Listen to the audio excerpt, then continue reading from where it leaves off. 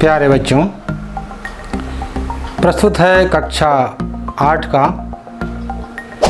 विषय है सामाजिक विज्ञान और पुस्तक का नाम है हमारे संसाधन।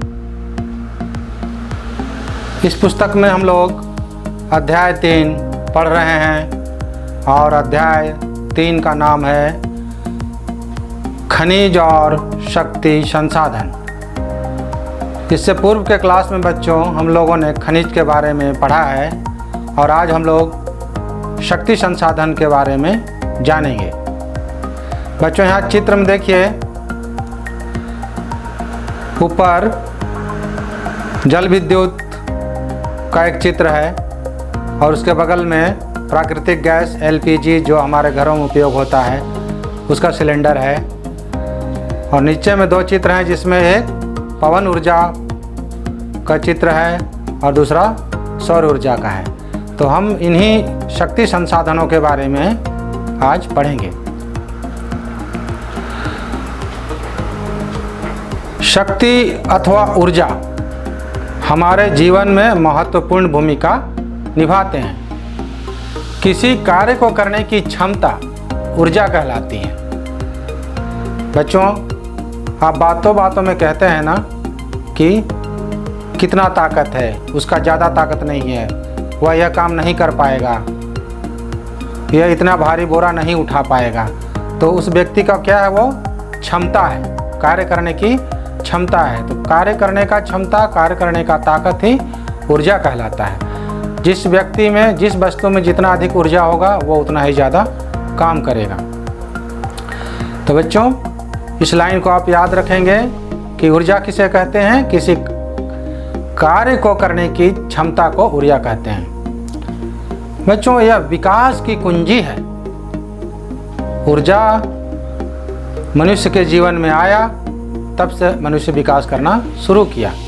तो कुंजी का मतलब चाबी होता है। जैसे बिन चाबी का ताला नहीं खुलता, उसी तरह बिना ऊर्जा का विकास संभव नहीं है। मानव सदियों से विभिन्न क्रियाकलापों हेतु ऊर्जा को जैव एवं अजैव रूपों में प्रयोग कर रहा है। यहाँ बच्चों देखिए, जैव है। जैव मतलब जो सजीव से मिलता है, पशुओं से मिलता है। इसमें हम गोबर को भी ले सकते हैं, बायोगैस को भी ले सकते हैं। तो पशुओं से मिलने वाला, जीव जंतु से मिलने वाला ऊर्जा जैव है और जैसे पानी से, खनिज से मिलने वाला ऊर्जा अजैव है। तो मानव सदियों से विभिन्न क्रियाकलापों में, अपने हर काम में किसी न किसी रूप से ऊर्जा का प्रयोग कर रहा है। मानव ने प्रारंभिक चरणों में, बच्चों यहाँ इतिहास है, इसको समझ लीजिए कि मानव ने प्रारंभिक चरणों में अपने मांसल शक्ति जिसको आप लोग बोलते हैं बॉडी, शरीर, अपनी शरीर की शक्ति का प्रयोग किया।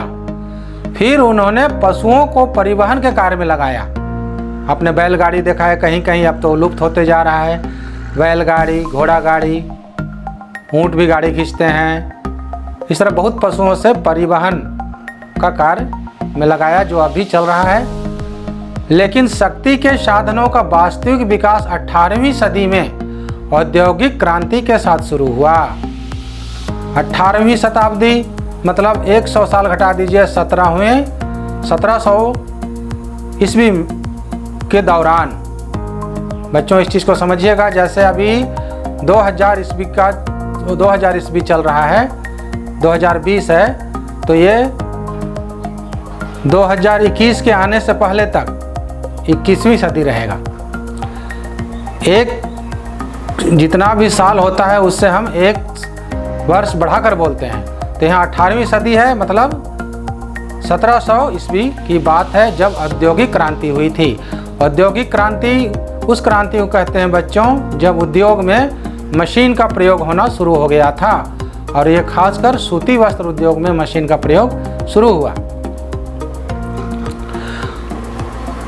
कोयला का उपयोग कर वाष्प शक्ति का विकास किया गया। सबसे पहले भाप से इंजन को चलाने का प्रयास किया गया और सबसे पहले जो वाष्प शक्ति से बना इंजन था वो मोटर पंप था, जो गड्ढों से पानी, कुओं से पानी निकालने का काम करता था। तो समय बीतने पर ऊर्जा के नए स्रोत विकसित हो गए। अभी आप देख रहे हैं और आगे हम लोग पढ़ेंगे, कई तरह के ऊर्जा के स्रोत विकसित हुए हैं। कोयले के साथ साथ पेट्रोलियम का भी उपयोग होने लगा। डीजल, पेट्रोल, मोबिल, ये सब का भी प्रयोग होने लगा। आज हमें उद्योग में, मतलब कल कारखानों में, परिवहन में, रेल, बस, हवाई जहाज, मतलब सड़क मार्ग, जल मार्ग, वायु मार्ग, सभी में हमको, और कृषि में, खेती में, संचार माध्यम में, प्रतिरक्षा में, मतलब देश को सुरक्षित रखने में शक्ति की आवश्यकता होती है। इन सब में हमको पावर चाहिए, शक्ति चाहिए। ऊर्जा संसाधनों को उपयोग एवं अवस्था के आधार पर दो भागों में बांटा गया है। फिर से सुनिए बच्चों, ऊर्जा संसाधनों को उपयोग एवं अवस्था के आधार पर दो भागों में बांटा गया है। पहला परंपरागत स्रोत और दूसरा गैर परंपरागत स्रोत। तो आइए हम पहले जानते हैं कि परंपरागत स्रोत में कौन कौन सा ऊर्जा आता है। बच्चों, लंबे समय से सामान्य उपयोग में लाए जा रहे ऊर्जा के स्रोत ही परंपरागत ऊर्जा के स्रोत हैं।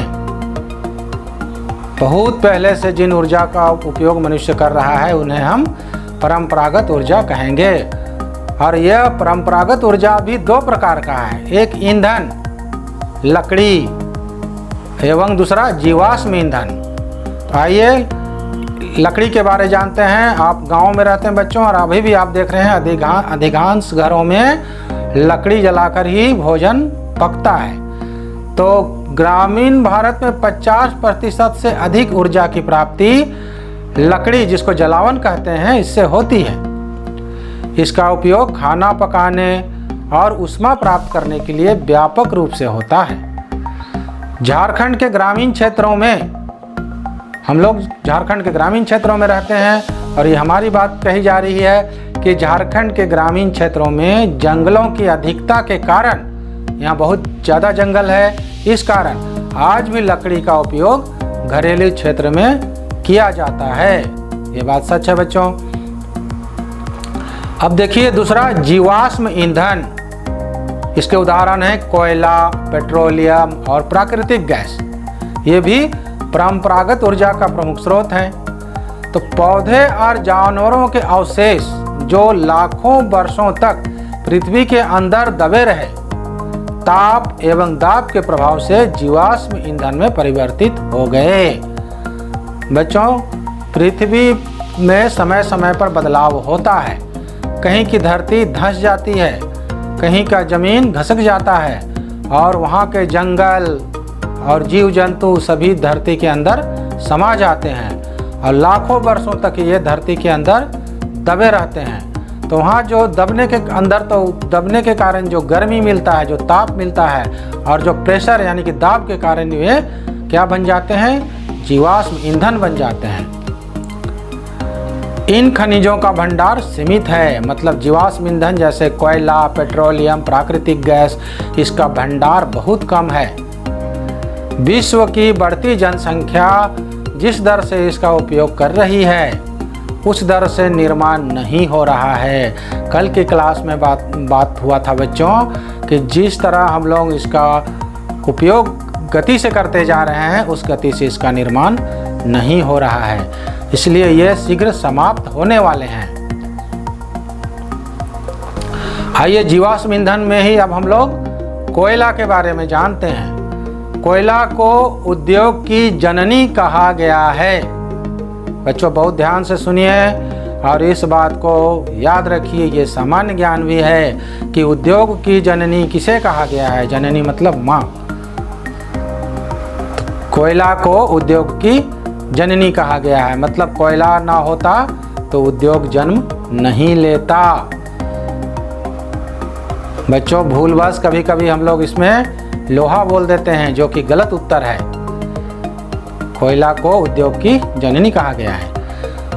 5 दशक पूर्व विश्व के कुल औद्योगिक ऊर्जा का 90% कोयले से ही प्राप्त होता था। जितना भी उद्योग में ऊर्जा का काम आता था वो कोयला से ही आता था।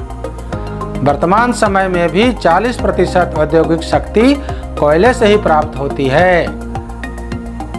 बच्चों, कोयला जल्द समाप्त होने वाला है, इसलिए कोयला का उपयोग धीरे धीरे कम किया जा रहा है। इसके बदले अन्य सस्ते शक्ति उपयोग में लाए जा रहे हैं। इसलिए 90% से इसका उपयोग घटते घटते अभी 40% पर आ गया है।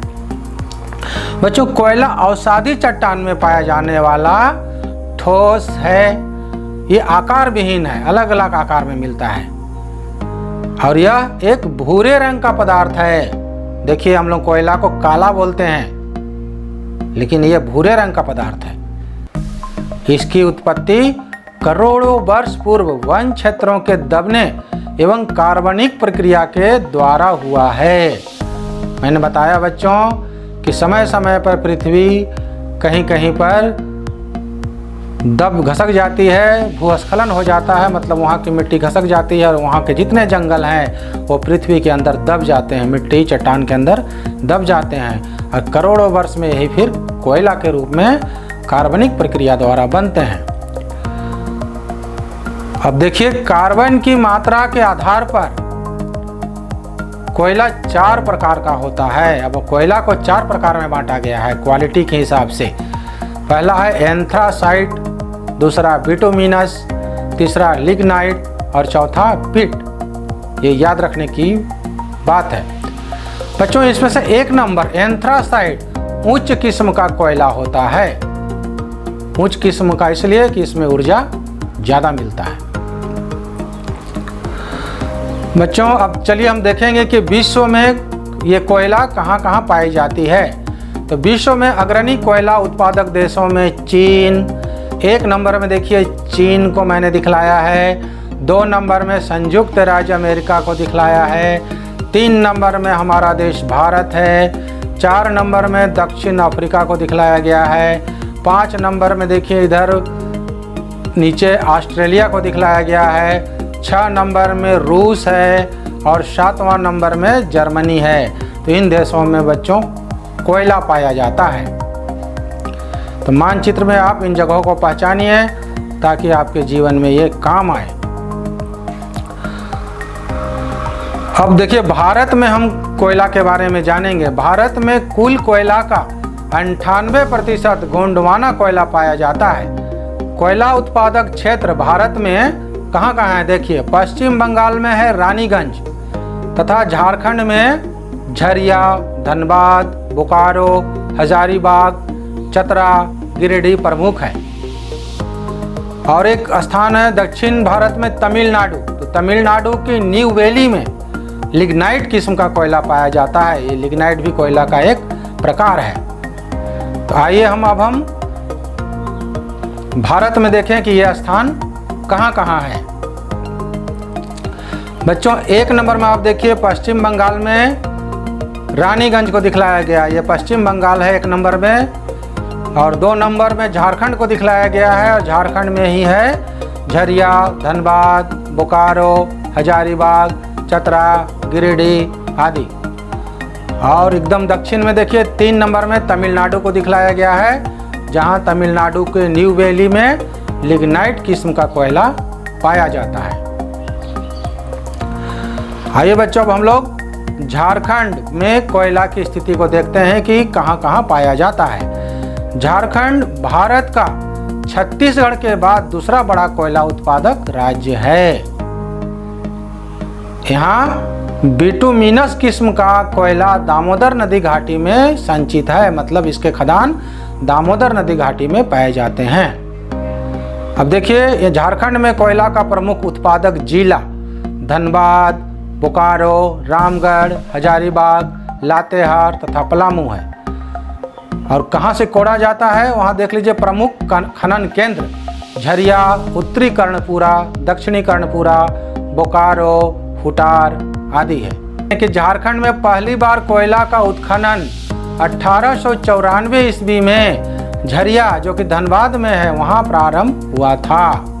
और इससे पहले 1894 से पहले ही भारत में 1774 ईस्वी में रानीगंज पश्चिम बंगाल में कोयले का उत्खनन प्रारंभ हुआ था। इसको बच्चों फिर से सुन लीजिए कि झारखंड के झरिया धनबाद में 1894 ईस्वी में कोयला उत्खनन प्रारंभ होने से पहले ही 1774 ईस्वी में भारत में पहली बार कोयला का उत्खनन रानीगंज, जो कि पश्चिम बंगाल में है, वहाँ प्रारंभ हुआ था। ये सब सामान्य ज्ञान है बच्चों, आप ध्यान से सुनिए, पढ़िए और याद रखिए। हमारे राज्य में कोयला खनन केंद्रों में भूस्खलन, यहाँ बच्चों दुर्घटनाओं के बारे में बताया गया है, इसको ध्यान से सुनिए कि हमारे राज्य में कोयला खनन केंद्रों में भूस्खलन तथा आग लगने की घटना हमेशा घटित होते रहता है। झरिया कोयला क्षेत्र में 1916 ईस्वी में ही आग लगी हुई है, जिस पर आज तक काबू नहीं पाया जा सका है। भूस्खलन के कारण राज्य में अनेक घटनाएं घटने से अनेक लोगों की मृत्यु हो चुकी है। जैसे 2016 ईस्वी में ललमटिया तथा 2006 में भाटडी खनन केंद्रों में सैकड़ों लोगों की मृत्यु खनन दुर्घटना से हो चुकी है। बच्चों, कोयला निकालने के बाद अधिकांश या कुछ खदानों को खुला छोड़ दिया जाता है, उसको नियमानुसार बंद नहीं किया जाता है, तो इन खदानों में भूस्खलन की घटना घटती है और लोगों की जान चली जाती है। तो ये दुर्घटनाओं की जानकारी थी। बच्चों, अंत में हम लोग देख लें कि कोयला के लिए कौन कौन सा जिला प्रमुख है। तो 1 नंबर में देखिए धनबाद जिला है, 2 नंबर में बोकारो, 3 नंबर में है रामगढ़, 4 नंबर में हजारीबाग, 5 नंबर में इधर देखिए लातेहार है और 6 नंबर में पलामू है। बच्चों, झारखंड में इन स्थानों पर उच्च कोटि के कोयले मिलते हैं। आज शक्ति संसाधन के बारे में पढ़ा और इसी तरह पुस्तक को ध्यान से पढ़िए ताकि आप और गहराई से बात को समझ सकें। लिखने का अभ्यास जारी रखिए और अपने जीवन को बेहतर बनाइए। धन्यवाद।